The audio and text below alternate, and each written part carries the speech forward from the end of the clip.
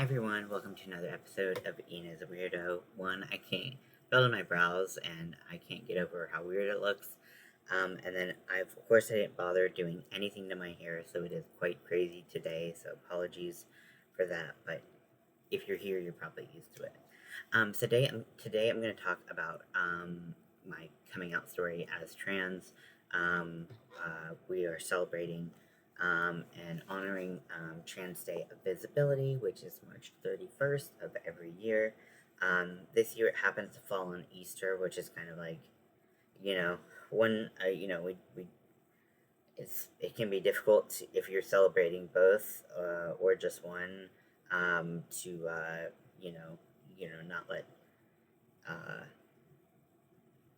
everyone's got their priorities. I guess is kind of the best way I want to put it, but I really wanted to kind of post a bunch of videos, like spam a bunch of videos today, and I felt like I would be remiss if I didn't talk about my trans story and my coming out story um, with you all because, I think just hearing different people's stories, hearing the things that are challenging for one person that might not be challenging for another person, um, instead of mass generalizations about how easy or hard being trans can be, because everyone's experience is different, and I want to highlight that. I'm working on a hat right now that's gonna. I got inspired from a hat. I'm gonna try to post it in the comments. If I don't, please hold me accountable. So it'll fold up and have a brim like this, and this is kind of where the top will be, and it's smaller at the top so that the cinch is tighter, which I really like that idea, so it doesn't get as booty hole-ish, if you will. Um, so, uh, I guess it's kind of complicated to talk about for me because it's kind of like, where did things start?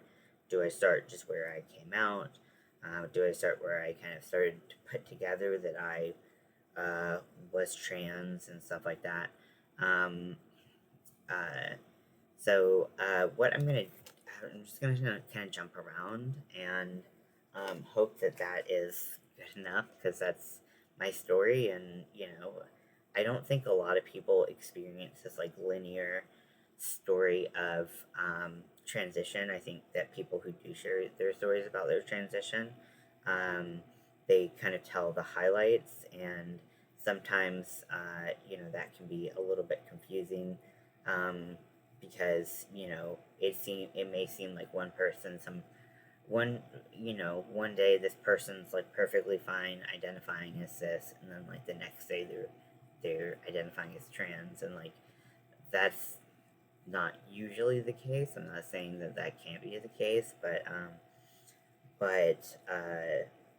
gonna try to do my best to explain my story. And if you um, don't like trans people, or you think that it's a social contagion or whatever, you're welcome to stay if you want to have a conversation. Now, if you want to indoctrinate me or tell me what I can or can't do to my body, or you want to do some, stupid comment about the indoctrination of kids, we're not going to have that conversation, because I don't think that there's as much validity as a lot of influencers and politicians would have you think. And I think that that's vastly oversold to a certain community that is vulnerable to that kind of information. So if you believe that, you can leave. I'm not forcing you to watch this video. If you do want to comment because maybe you don't understand why someone would choose to live this life, or whatever, but you want to have a conversation and learn more, I'm more than happy to have that conversation. In fact, I really do enjoy those conversations where we can talk things out, learn from each other, and grow together, because I think that's what being a community and being a positive outlet for people to have conversations is how we grow. I've said it once, I'll say it again. I just think that's how we become better people. So if you want to have a conversation, you're welcome to stay, even if you don't agree. if you're gonna just be hateful, the door's that way, you know. Don't let it hit you where the good Lord split you, if you know what I'm saying. I guess, you know, for me, you know, my name on YouTube is Ian as a Weirdo, and it has kind of, it's kind of part of the reason why I picked that name, and yeah, I do have like a quirky sense of humor and, you know, a dark sense of humor, and I've always kind of felt like a bit of an outsider. Even when I wasn't necessarily, I just felt like, um, there were components of you know, things that I just kind of didn't feel quite. I don't know. There were a lot of things that just never really like clicked in my life, and initially I came out as queer, and I did identify as a lesbian, and even then, when I quote unquote came out as a lesbian, well, I did come out as a lesbian, but like you know, for me, it was like, well, I was clearly attracted to women, um, but I had a different type of attraction to men that I didn't quite understand, and it wasn't necessarily physical, but it was emotional. Like I could have emotional relationships with men, but I wasn't, you know, I wasn't like fully invested in the physical fantasy of it all. And everyone told me that that's what it meant to be a lesbian. So I was like, okay, well, you know, I guess that is, you know, close enough definition to what I experienced. So I'll go with it. Um, and it's not like anyone was trying to convince me that I was. It was just that I didn't have a label or an understanding of the nuance of the like fluidity of sexuality and gender. So, um, I identified as a lesbian for many years, and but still had emotional relationships with men.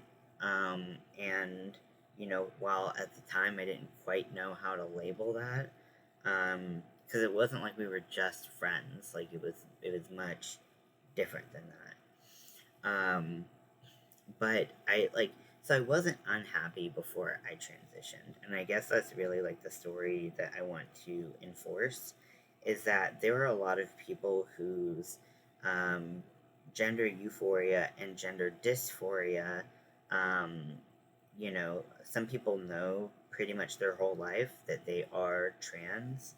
And when I say trans, I do include non binary folks as well. You know, it's not just trans people who exist in the binary. So, trans woman, trans man, they're non binary people.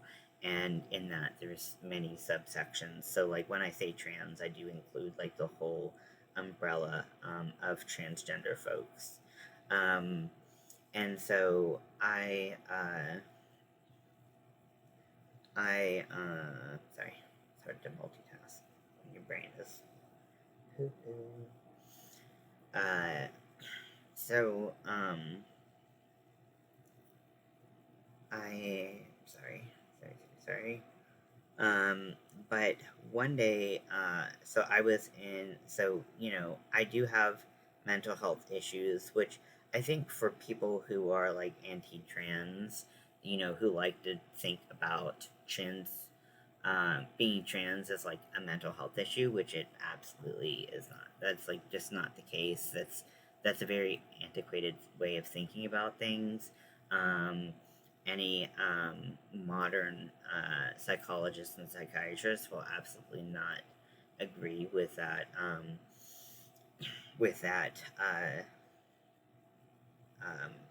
definition of a mental illness, because what we consider to be kind of like the Bible of psychological diagnoses does not, the current version does not include being transgender as a mental illness. Now, it was gender dysphoria. I don't know how I forgot how exactly they worded it before, but it used to be, but so did being gay, and like all of these other things. And when we look at like women's health throughout history, and like hysteria and stuff like that, those diagnoses, um, it's like, well, we wouldn't take those into the future because we know better now. So like, why do some people still insist on using that specific old uh, way of viewing things as a way to justify being transphobic? So, but being mentally ill, it does have, there, part of my feeling out of place definitely comes from like mental illness and trauma.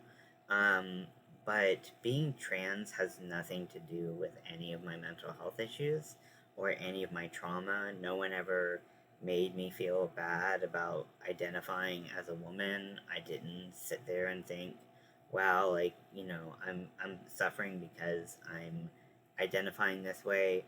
And that's where like some people's stories differ from mine, right? Where like some people are so miserable in the situation that they're in, because they like know a lot earlier than me. I didn't come out until I think 2020. I came out socially before, let's see, probably like January of 2020. And then I came out. Well, I came out socially to like a close group of friends and my family in January of 2020, and then probably in like uh, March or so of that year, I came out publicly and at work when I was working and things like that. Um, it was very scary. Already being queer in a corporate environment, it can be very terrifying. And then, or any environment really.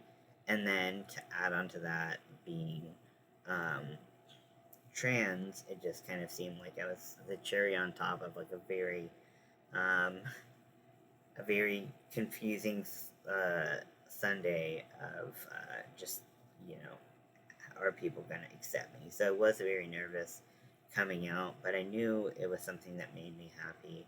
So I'll talk about what cued me in on being being trans.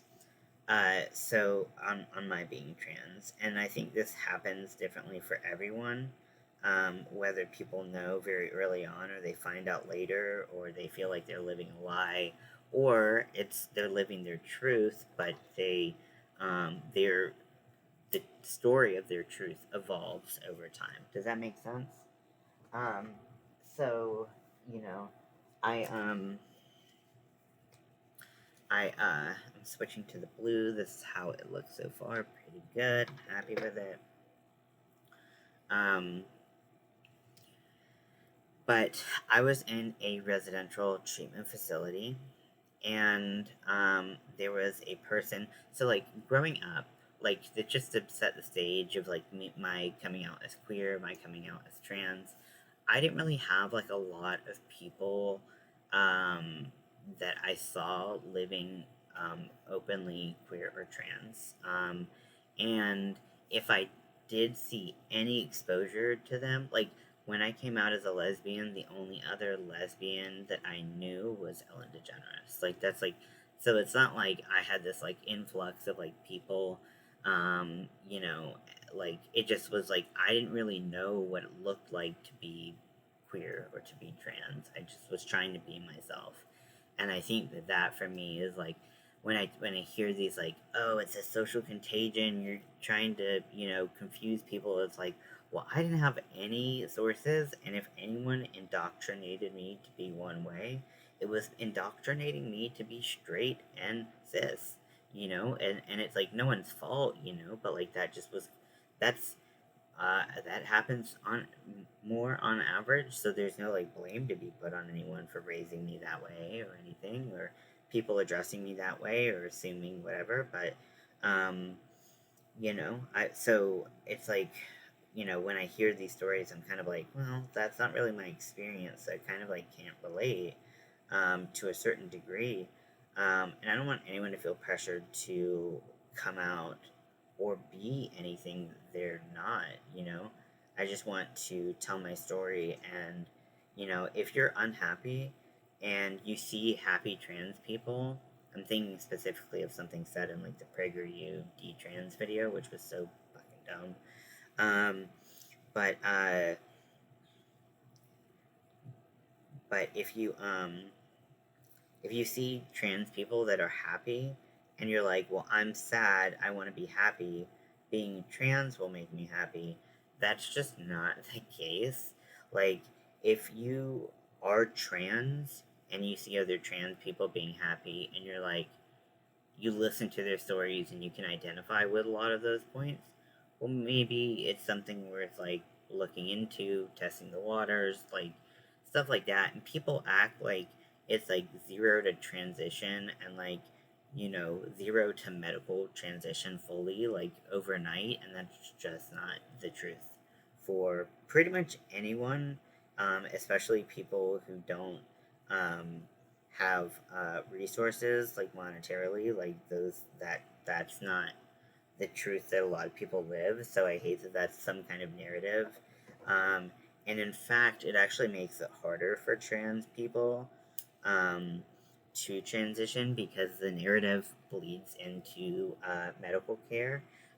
So the fact that we have to prove over and over and over and over again um, that we are in fact trans is just evidence that this does not happen overnight. That is just not a reality of the situation for most of us. And you know, it's not my truth.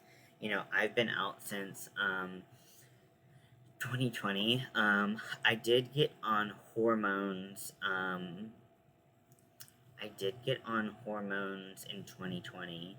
And for me, I already was seeing a endocrinologist at the time, due to my thyroid issues. So, so when I went and talked to my endocrinologist about it, that was not very difficult because I already had a care set up with someone who could help with hormone replacement therapy. But a lot of people, and like there are general practitioners who can prescribe it, but they have to be like confident um, and very in tune with like trans healthcare. So there are a lot of general practitioners who don't prescribe gender affirming care, and that's fine if you're not comfortable with it just due to your expertise in it, or maybe it's something you don't want to do. Like if someone doesn't want to do trans like gender affirming healthcare, like I don't want to see that person, and we can just go on our merry way, and that's fine. And I've had a lot of time wasted with providers that you know, the front desk said, "Oh yeah, anybody can handle that kind of care," and then I get into the office, into the medical office, and then that person is like, "No, actually, I don't do that at all." And it's like, okay, well, this sucks, and this was a huge waste of time. Um, but you know, I think that's I don't know, that's just I don't even I have so many tangents. I'm sorry. But okay, so I was in this residential facility for my mental health, and this was the first time that anyone had said, we were in a group setting, and it was like, if you could introduce yourself, because I see some new faces, and say what pronouns you prefer. I never really thought about pronouns before, but like you know, I often referred to myself, like, if I was referring to myself in third person, it would always be he. It would always be, like, male pronouns. And I never really, like, thought about doing that or any, like, it just was something I did very naturally. You know, looking back, I could obviously pinpoint a lot of times where I'm like, yeah, that was, like, a pretty trans move, but it doesn't mean even if you make some of those moves, it doesn't mean you're trans. It's just about like, you know, kind of like looking back and saying like, does this mean anything, or do I just like saying that and but I identify as this way or whatever. So when I the group got around to me, I said, I'm dead name. I don't have any preferences on pronouns. You can call me he, she, they, whatever works, as long as you don't call me it. For that, and that's a personal thing. Some people do use it and it's as a pronoun. Uh, like that's the preferred pronoun, and that's fine. But it's not fine. It wasn't fine for me, and it still isn't. Um, but um,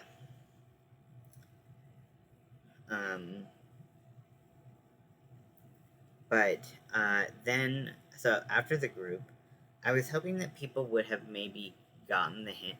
Because I never thought about it before, but the more I thought about it, I was like, I wish someone would just say, like, they or, like, he. Like, I really, really wanted someone to start using those pronouns, and no one really took the hint, and therefore, like, nobody used them. They used she, and I kind of started to grow really frustrated, where I was like, I want to be called, I don't want to be called she. I want to be called something different. And, so when I got out of treatment, in January of 2021, um, sorry, no, when I got out of treatment in 2020, I in January, um I talked to my wife, and I said, hey, like, I don't know if I'm trans or anything, but I really want to give these pronouns a try. Like, could you try? So first, I was like, could we try like they them? And and I was like, but I don't really want to tell anyone right now because I don't really want to come out because I don't know what the fit is, right? And she was like, yeah, it's cool. And it was hard for her to do that because oftentimes when we use someone's, I guess they're called improper pronouns, because a proper pronoun is like a name, but like use a pronoun like he, she, they. Um, usually you're to referring to that person to another person, and I had said, like, I want to keep things on the down low. But so we tried they them, and granted it didn't happen a lot, but like I tried to like think about how I would refer to myself and talk to other people, and like these are my pronouns, and they them just wasn't a fit for me. I really found it like actually very annoying, and I was just like, no, this isn't right.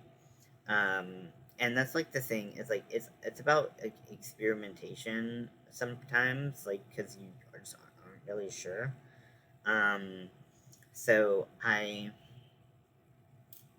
and like when I did just pronoun changes, it was also like referring, like using like all gender neutral terms or all masculine terms or stuff like that. So when I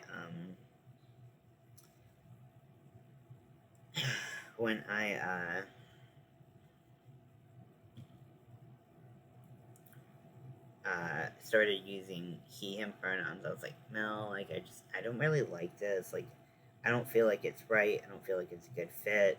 Um, and I would like to try using he him pronouns. And the second that someone used he him, I was like, yes, yes. And that is what we call in the business gender euphoria. So a lot of people, when they think about if they're not trans, or maybe if they're a quote unquote baby trans, um, they don't. And baby trans just means newly like open, or some. It's not like an actual baby. I feel like that's a dumb thing to have to say, but with people thinking that we're trying to convert kids, it's you know a thing. But what was I saying? Some big I don't quite remember.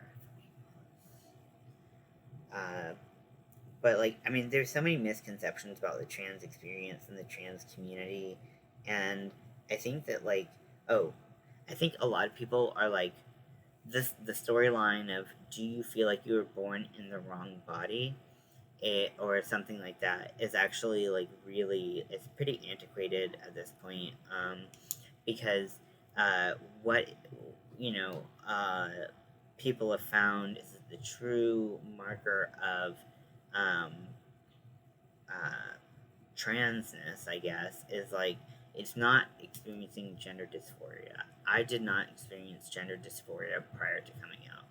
I have since, because now I feel better about my gender, and so when people dead gender me, I'm like, ew. But like, um, before, because I, didn't have the resources or the information to be able to identify certain feelings I had, I, I just, I didn't feel that before. But what I did experience was gender euphoria. Once I came out, people started referring me to a name that felt right. And at the time, I did change my name once since I transitioned. But I like Ian. I feel like it's a good fit. But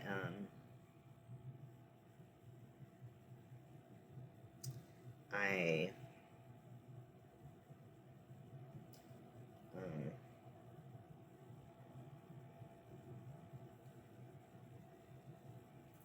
so I experienced gender euphoria for the first time, and I've always like, I like making analogies and metaphors and shit like that, for people who haven't experienced the same thing, so that they can understand just kind of like the general feeling, or the experience behind that. But gender euphoria is actually one of those things that I don't really know how to explain, and even dysphoria I don't really know how to explain well, but gender euphoria in particular, I don't know how to um, explain that in a way. So if you are trans, or if you've had someone explain being trans to you, and you have a good analogy, I would love to hear it, because honestly, I'm always like, uh, I don't know. I don't know how to explain it, but it is easily the best feeling I've ever felt. It just feels so validating, and it's like, for that moment, however long it lasts, and that feeling lasts, like, you just feel right, and like, it feels good, and it's just really um really positive, and and life changing, and life saving, to feel gender euphoria. So gender euphoria is actually a better marker for trans identity than gender dysphoria, because not everyone will experience gender dysphoria, especially when they don't have resources to tell them this is kind of what a trans experience can look like, and not base everything on stereotypes that we see in media or hear off the news or whatever. Um, so, I think that I think that that is an important note, is that it wasn't that I felt dysphoric before and I felt like I was born in the wrong body or whatever, but, but, uh, I do think that, um, experiencing that gender euphoria gave me like, it's like drinking a bunch of energy drinks and just like having your body light up like a Christmas tree or something. I don't know if that's the best way to put it. I never know how to explain it. It's an amazing feeling. It's so validating, and it just feels like, for maybe once in your life, like you're on the right track, and it just feels amazing. And to be able to experience that over and over again is just, it's intoxicating, and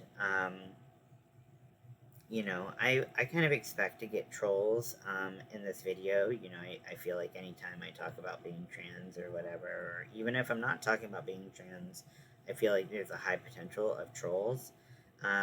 But for me, it's important for me to talk about these things because I do think that they are important and it is valuable to people who just want to know more about the trans experience, whether they're trans or they're figuring things out, or they're not, and they just want to be allies and better supporters to the trans community. Um, I think, there's a lot of invalidating phrases that people can say that maybe they mean in a derogatory way, maybe they don't, but um, having a good social support network is crucial to transitioning as safely and as comfortably as possible. Now, when people talk about how easy it is to be trans and how you know, trans people want everyone to be trans, in my experience, that's just not the case. Because there's a lot of pain and grief and conflict and relationship issues with family, friends, partners, um, that can come from coming out as trans. And I always say, and this can sound wrong, but I do want to clarify before it's just taken as like a sound clip or something. But I don't wish anyone was trans because it is not an easy journey. It is very hard. I wish everyone could be born in a state where they were comfortable with their lives, they were happy and healthy. That's all I want for people. I think that the influx of this conversation surrounding you know, the social contagion that's like trans identity or whatever. It's like, well, people are having more resources to look at to say, like, hey, I really relate to that story. Let me examine my own life and see if that's a good fit. And like for me, it was all about experimentation because I didn't want to jump to saying I was trans and this is just my experience. Jump to saying I'm trans, and 2 days later, I'm like, you know what? Not a good fit. So I really, really tried to um, and I told my closest friends that I was kind of questioning my identity, and that I, would prefer these pronouns and stuff like that, and so having a social network, sometimes there's a question or there's questions in medical settings where they ask about support systems. And generally, I don't think that the questions are related to, sometimes it feels weird. They'll be like, do you live your life as a man? Do you, um, you get asked a lot of questions. This idea that you can just go into a doctor's office and say, I've decided I'm trans, and just be thrown hormones and scheduled surgeries. That is just not something that I've ever seen any of my trans friends or myself experience. There were a lot of questions. To get surgeries, you have to do certain evaluations with certain doctors, um, that's so that insurance will pay for it. And that's really the only reason we have to do that. If insurance and money weren't an option, you could just go have those surgeries, and no one would have any anything to say about it. But because you could modify your body however you want, but to get insurance to pay for it, because it is a medical issue, and the one treatment for gender dysphoria um, is gender affirming care. And gender affirming care can mean a lot of different things. Some people choose not to take hormone replacement therapy. Totally their wish, and they can do that. They can still be trans and not be on hormones. Some people choose to not get surgeries, or choose to get some surgeries, but not all of them. That is their choice. They are they are allowed to, you know, have that choice and live their best life in the body um, that they want. And for me, I've had to make decisions by myself. And I've bounced ideas around with other, with my trusted people like my wife and stuff like that. Just to kind of make sure that I can talk things out, and so people will be like, "Are you out socially? Are you do you go by this name with everyone?" And like it's kind of a double-edged sword because it implies that like there's part of the implication that like unless you like live your life totally out, you can't be trans. But I think what they're really trying to ask, I'm not sure that they do a great job at it, or every doctor does a great job at it. But like, I think what they're trying to ask is, do you have a social support network, and do you have people where you can be yourself around? And the truth of the matter, being queer, being trans, is like, you know, one of the like marginalized communities that you can be in, where like I mean, marginalized communities. I mean, that's kind of like the definition, right? Is that like not all things are, like safe, and so there are a lot of like safety concerns, and like I don't think people realize when they like leave a nasty comment or something on a video, how much that can like incite like this kind of like violent idea about like what people can do to their bodies, the safety of people around us. I live in North Carolina in the United States, and we are the home of the bathroom bill, and so like people who you know if you don't know what the bathroom bill is, it's basically like you need to go to the public restroom, uh, you know, with the to your assigned gender at birth, rather than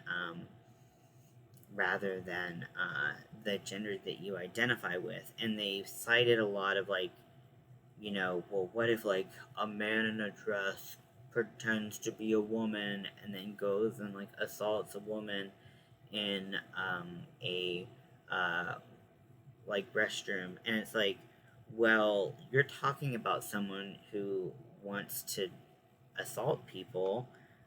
You're not talking about trans people, like, and not to say that trans people can't be assaulters, but like, it's just like if someone wants to assault and like hurt other people, they don't need an excuse to do it.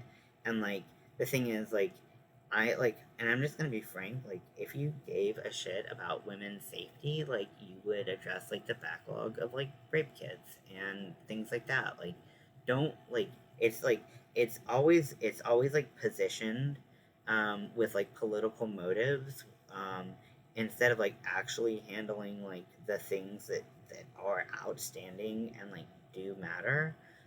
So it's just positioning like these people to be unsafe. And I'm gonna release soon the podcast I did with Winter, where we talked a little bit about bathrooms. And Winter, said this really beautiful phrase. I've heard it before, but I did really like that Winter brought it up, where like transphobia doesn't just hurt trans people; it also hurts cisgender people. And I think that's such a great point in general, but especially when I think about the bathroom bill, like when all of that stuff was coming out and like people were on edge all the time here, there would be like masculine women, like just women who presented more masculine, and they were getting accosted or kicked out of restrooms and stuff like that. They identified as cisgender, but due to the fact of their appearance, were not like allowed to enter a bathroom. And same thing for feminine men. And then you have to think like, well, what about like non-binary or intersex folks, especially intersex folks? Like, what? How are you gonna say like you're assigned gender at birth when like you like your equipment may or may not fall under the binary? Like, I just like I think about all these possibilities, and clearly, like just like these aren't the kind of conversations we're having when we're talking about bills like this, and it's really unfortunate because while I do think that like everyone has the right to be safe when they go anywhere, um, I just think that like a lot of these things are like totally blown out of proportion, and they're made political to inspire fear and um, get people to focus on the things that matter less than the things that are happening that really do matter, that we probably all should be paying attention to more. So, that's kind of my point of view on things, but it's pretty ridiculous. And yes, that transphobia, if you are like, let's say you're a really tall woman or something like that, transphobia does affect those people. And I just like, you know, that's why it's like, it's just better to like not assume, you know, just like if people are trying to be peaceful, use a restroom, or live their lives in any other manner that is normal and not hurtful to themselves or others, why do people feel the need to be just like hateful about it? And there are some people who are well meaning, quote unquote, but like they like, I get things all the time, like when like I posted a status on feminism, and how I want it to be like trans inclusive, and I want intersectionality in feminism, but I also recognize my stance as a man, and like I'm just like I'm voicing my support as like a feminist, but um, I'm not speaking for women because I'm not one. And then someone commented, and like of course they got stuck on the trans issue, and what did they say? It was something to the effect of like, oh, I have to read it. Sorry.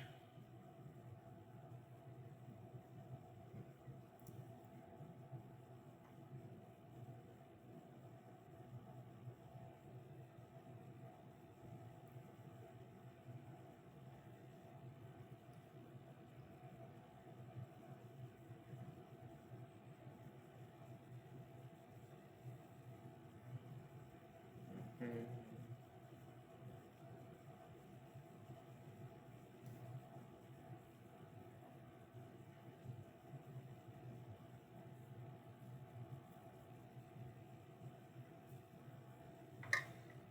Okay.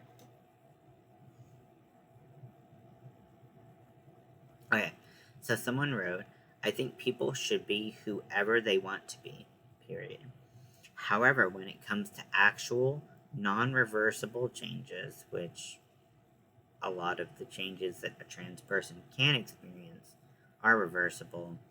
Um, and detransitioning does happen, but it's a vast, vast, vast minority of of people. In fact, the detransition rate is less than 1%, and of that 1%, 90% of those people will go on to retransition and live the life that they had originally tried, citing lack of social support. So, but yeah, that's my conversation. So, however, when it comes to actual non-reversible changes, people should explore carefully with intention and be sure it's something true to self. Do you like? I'm just like, it's a major. These can be major changes to people, but this conversation that like people don't think, they're just like, I'm trans, I'm gonna get all the surgeries. That's like not, I mean, maybe that's like your first thought when you like come out, like, but the like I don't know how you think doctors work, but doctors take months and months and months, like special tests, sorry. Specialists take months and months and months to get into for a consultation. Like, we have plenty of time to think about the decisions that we make with our body. And like, this was a post on feminism and including trans women in feminism. And I like I I so I just was kind of like, you took something about feminism and trans women being inclusive, and you just used it to kind of promote like anti-trans rhetoric. And even though like I think it could appear as innocuous and like non like judgmental, just a comment like out of nowhere that people are just transitioning willy ass nilly, and like that like all of these things are so easy and we're making irreversible, we can't come back from this changes all the time, and that's the right decision for everyone. Whenever people talk about trans people and their first thing is to comment about surgery, it gives me a huge indicator that they know nothing about trans people, because the trans experience, surgery is like a very small part of the entire trans experience. The experience of the consultation, the surgery itself, the recovery, and the joy you feel from that. All of those things are big deals, but like you're not like having like you're not like having a surgery like every like month or whatever. Like it's usually like a one-time thing. You might have to go in for like touch-ups, or if any issues arise or something like that. But like all these ideas of like people not, and I talked in the feminism post about people having body autonomy, specifically women having body autonomy, but like that should extend to trans people. If a trans person is like mentally capable of making these choices, like I don't see why that's any of your business. Also, people love to ask about what surgeries have you had. You're clearly not trans if you haven't had surgery. Blah blah blah blah blah. The truth of the matter is that you don't have to have surgery. You don't have to medically transition with hormones or anything like that if you don't want to. If that's not your story, you can still be trans and not transition medically. And so that idea I found out recently is idea and a kind of ideology called trans medicalism, where it basically like reduces a trans person or any person down to the the bits and pieces that we have, right? And that's not what the trans, or at least my trans experience is like. It's about living in a world where I can go comfortably in a place and feel like, hey, I might get gendered correctly, or stuff like that. And but like people have a lot of reasons for not transitioning medically. Maybe they don't want it, maybe they're not physically able to get it, maybe they're not financially able to get it.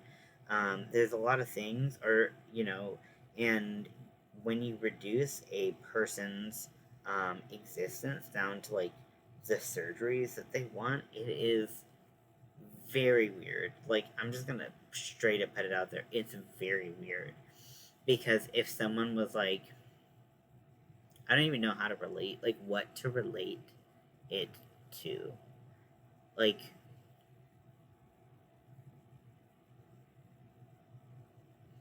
like, no, that's not even a good one. Um, so it's like, when you are talking about the trans experience, unless surgeries are explicitly brought up and you bring up surgeries, it's just a huge swing and a miss, because you're missing the point of being trans. The point of being trans is to be happy and live a life that makes you happy. When you are not hurting anyone else, you are not hurting yourself, and you are literally just trying to live your life in a happy manner. And when people try to make it into something that's different than that, it clearly becomes something where like they have an agenda, and your agenda is survive. Like, the trans agenda is survive. But also, for a lot of people, that trans agenda, because I just love using the term agenda because it implies that we're all like meeting in secret groups, like, oh my gosh, we have to dismantle the whatever, like, and like, like those conversations do happen, but like they're often and primarily in like jest, or just like people frustrated, but like, it's like, I am not coming for your child and like trying to convince them that they're trans.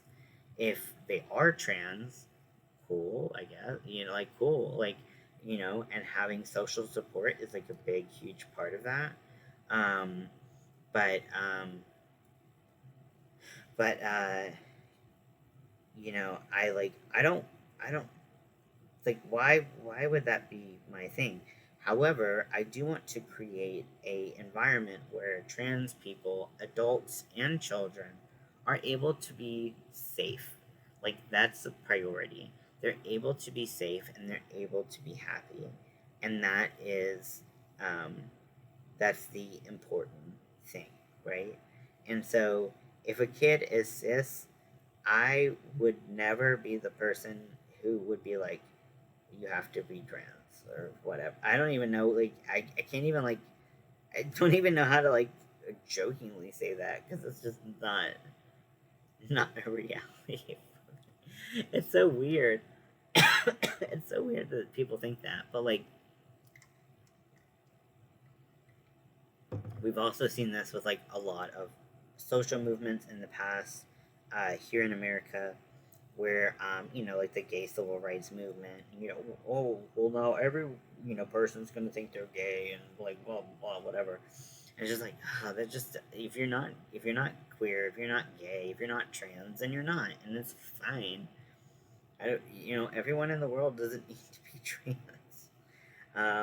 But like, but people should feel safe. People should feel, like they have space in, like, their, like, in their lives and the lives of other people to, be themselves and not feel, unsafe and scared all the time. And people should be able to be happy, and it's like, if your main priority is making sure that other people aren't happy, get your priorities in order.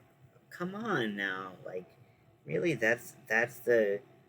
um that's the hill you want to die on, is like making people miserable, talking about irreversible changes when, like, those quote unquote irreversible changes could bring me a lot of joy, take out a lot of discomfort I experience in my life. I'm not like it.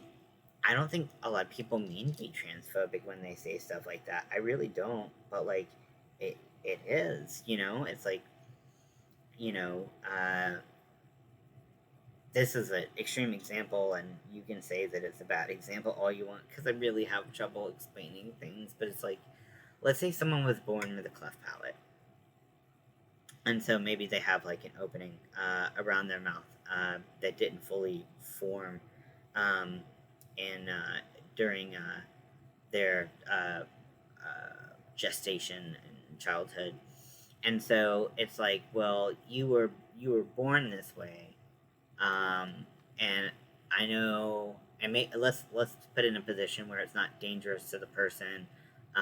They could technically live this way. They would just have this, like, but let's say they would be happier if they did get a surgery that helped their cleft palate.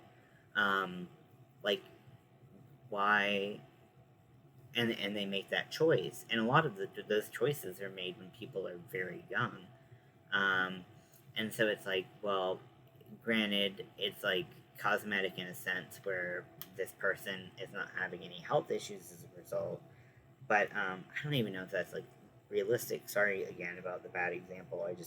I'm trying anything I can to explain the experience. But like, if that person chooses the surgical route because they find it will make them happy, and or they believe it'll make them happy, then, like, support them and give them the love that they deserve and need, and do what you can. But like, when a trans person is like, you know what, I think surgery might be the right call for me, people are like, whoa, whoa, whoa, you jumped straight into it. It's like, I've been thinking about this for years, or however long you've been thinking about it. Or like maybe you just dreamed of a body where like you didn't have certain appendages, or maybe you did, and like, you know, it's like this the conversation that overnight, like this person becomes trans or something like that, to me is just like, it's very silly. And it might be some people's experience, and I don't want to invalidate people's experience, but for a lot of people, it's a lot of trying to figure things out. Some people never feel like some people know from a very young age that they're trans, and stuff like that, and some people don't. I didn't, for sure. Like, let's see, in 2020, I was 29. Um, so, I was an adult, and I, you know, I was able to make that decision. And I think, when the conversation does fall to kids, I think that referring to um, a medical professional who is very tactful in their approach, asking the right questions, and this might take finding a couple different uh, therapists or whatever, but like, or general doctors. No person should be asked one question: "Are you trans?"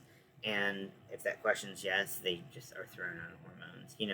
Bad doctors do exist, just like bad any profession, or like maybe they're just not trained on that whole experience.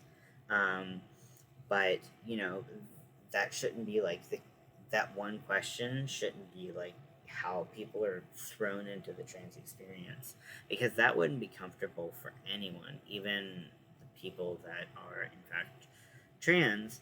But also, you don't want a doctor who's going to invalidate or um, unnecessarily make people uncomfortable, so that the person's just like, I just want to get out of here. Sure, I'm not trans, so that they can just be in a safer environment.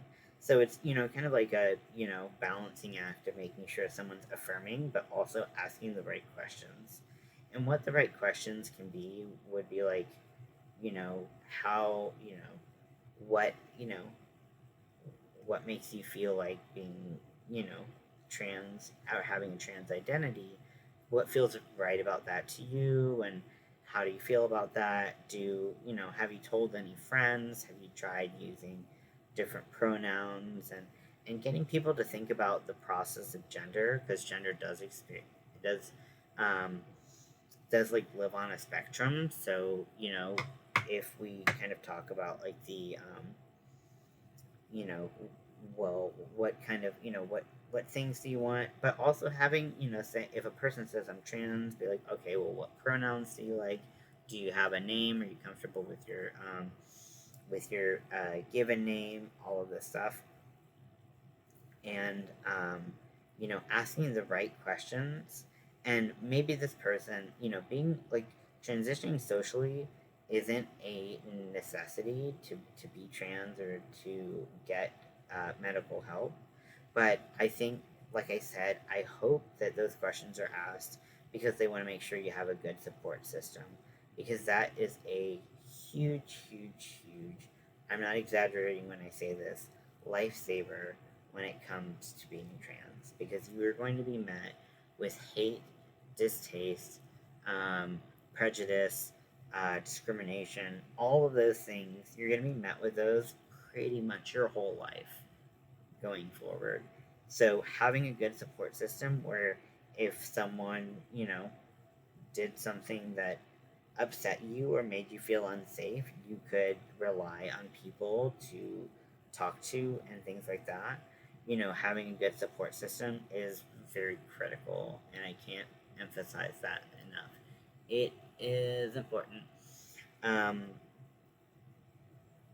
but yeah, so I try not to like interact with transphobes on Facebook, but sometimes I'm in a mood and I just can't help it. Um, but one thing I feel like needs to be noted is if you ever use the word men in dresses and you are not specifically talking about um, uh, drag queens that are men, because there are drag queens that are trans women or non-binary folks or whoever. Um, but if you ever use the term men in dresses to refer to a trans woman, um, all I have to say to you is you are a piece of shit, and that is not the trans experience at all.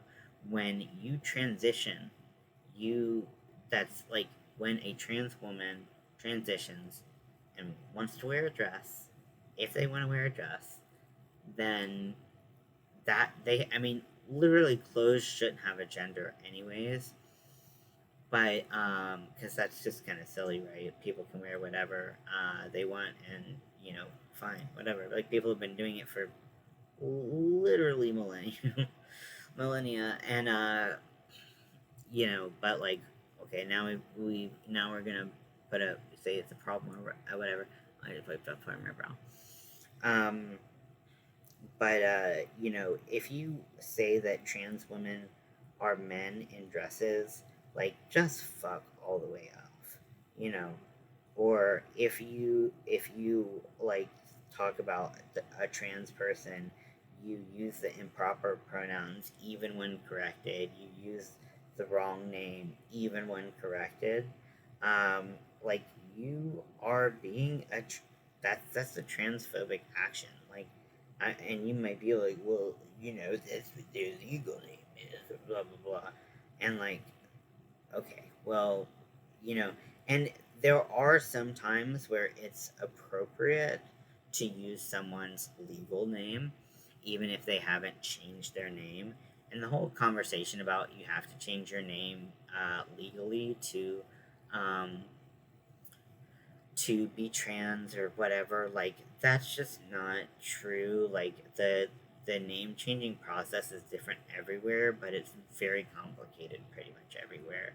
And like also like some places give you like one freebie even though it costs money. But then like the second time, like here, the second if you change your name, like let's say I found out Ian didn't work for me or something like that, then um the second time you would have to go and hire a lawyer to do it, and you have to get your fingerprints done at a sheriff's office. It's very like weird, like criminal feeling. um, so things aren't easy, they cost money, and there's like people always talk about like changing names. Like there are some people who do change their names more often or change their names just once, and all of a sudden they're the person who changes their name all the time. And to that I say, most people have never had to pick their name. You were given to it, you were given it at birth, and you never had to think about it again. And not just trans people change their name for any reason. I talked with Winter, and the podcast is coming up soon, but I was like, what if your parents named you like Turd Burglar? And and like you didn't want to be called Turd Burglar. Like you're cis, but like you don't want to be called Turd Burglar. You have every right to change your name. But for some reason, if you're trans, then it's like, well, like, that's whatever. But most people don't have to pick their names, and it's very, very difficult to pick your own name because you want it to reflect you as a person, but you also want it to make sure that it fits good in the future. You want to make sure that it feels good in your mouth. You want to make sure, like, it might sound good in your head, and the minute that someone calls you that, you're like, nope, nope, nope, nope, nope, nope, nope, nope, nope, nope, nope, nope, nope.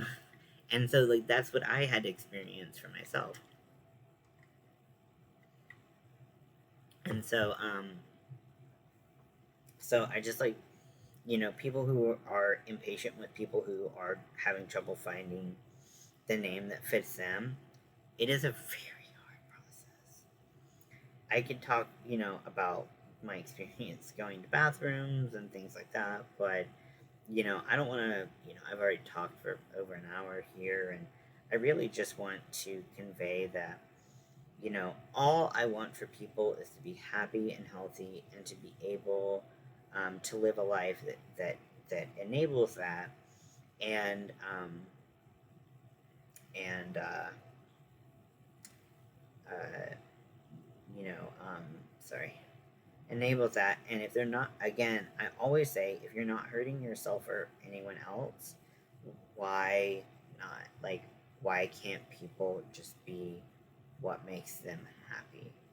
And, I do think that this is going to be one of those things.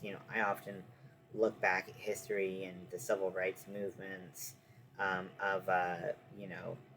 American history and also world history, and the people who ended up on the wrong side of history, and as I like to call it, what I define as the wrong side of history. And I just, I think that this is going to be one of those things where, like, I think that a lot of people who fight against people having civil rights in general are gonna end up on the wrong side of history, and that's kind of how I view it. And one person compared me to Hitler because I said that, and I was like, this person caused like a mass genocide, and I'm just advocating people to live lives that make them happy, where they're not hurting anyone or themselves. I don't see it, but okay, just because I said wrong side of history. I'm like, I'm kind of more thinking about like, like the Black Civil Rights Movement and the Gay Civil Rights Movement, and like women's rights and all of these things, but like, okay. And then they were like, you mentioned women's rights, but you're trying to take them away. The thing about human rights is there's not a finite quantity of them. A trans woman could have rights, and a cis woman can have rights, and they both can exist. Like this, like black and white either or thinking is really damaging to pretty much everyone. I don't think anyone really thrives in that kind of um, uh, mindset. So maybe I'm not the only one who needs therapy. Just putting that out there. But I hope you enjoyed my. I guess this was partly coming out. I don't know. I talked a lot. But I love you very much. Happy Trans Day of Visibility. This is my progress on my hat so far. The brim will pop up like this, and then it'll kind of fold in. That's why this part is skinnier, so that it cinches a little tighter. So I hope you have a great day. Happy Easter if you celebrate, and and then also, happy Trans Day of Visibility. Whether you are trans or you are an ally, um, it's amazing to be yourself and to support and lift other people up. If you are not an ally, there are still some trans issues that you don't quite understand, and you do want to discuss, I am more than happy to have a conversation with you. The minute that conversation becomes uncivilized, violent, um, uh, builds up stereotypes and talks about things that aren't statistically based. Um, or statistically or scientifically like founded. If it's just like an opinion, but you're presenting it as a fact, anything like that, I'm just kind of like, I'm just gonna shut down. Like, it's not worth. If that kind of comment comes in, like they're not worth my time. You know, if you don't like it, no one's forcing you to watch this video. So you chose to watch it, and if you write a comment about how terrible trans people are or something like that, you spent so much time just to be a dick. Think about it that way. So thank you very much for watching. I hope you have a great day. Whether you're watching this on March 31st, 2024, or you're watching another day, be proud of who you are. Be safe. Build a social network, whether you're trans or not. Build a social network of people who are not only like-minded in a lot of facets, but also who have differing opinions, and you are willing to have a conversation about it, and don't go into every conversation thinking that you're right. Think that you have an opinion that you believe in, and be willing to be wrong, because that is the most exciting thing. If you think one thing and you find out some information and go, oh, that makes me think a little bit more. I mean, what's not amazing about that? So I hope you have a great day, and I will talk to you later.